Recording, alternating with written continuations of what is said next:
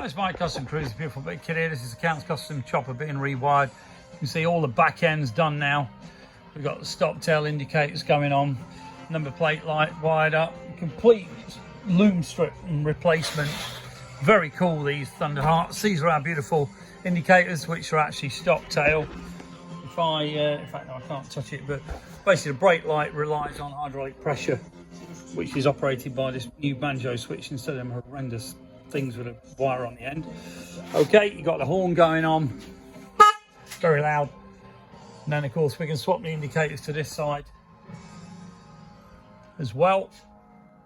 Okay, this will do your high low, and you can see here these are the Davidson plugs, which we're just testing which wires do what, because obviously we've got 4 switches on here. This is for the other indicator. I've just got to drill and tap that. Just what a bloody thing. That metal is seriously hard. It really is amazing billet quality.